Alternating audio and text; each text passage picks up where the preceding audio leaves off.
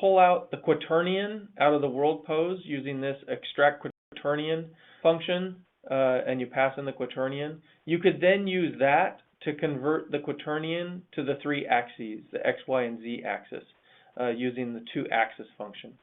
So as long as you do those things, you will be able to pull out both the position and the orientation in a different format than we provide directly in the pose information.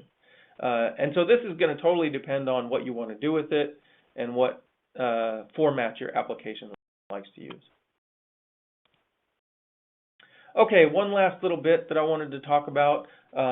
In the first webinar, I briefly mentioned that we have the ability to emulate mouse events in our system, given the stylus.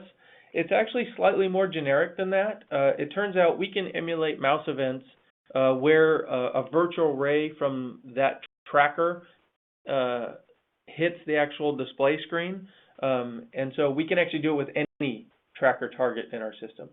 And the way that you do that is reflected in this code. So we have this object called the tracker mouse simulator, and this can be gotten directly from the tracker system.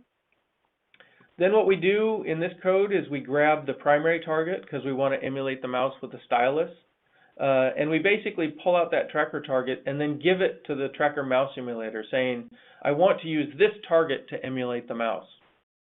And then we have some binding functions which allow us to map the three buttons on the mouse, or more generically, whatever buttons are on the tracker target that you want to emulate the mouse with. In this case, we're saying button 0 is left, button 1 is right, and button 2 is middle.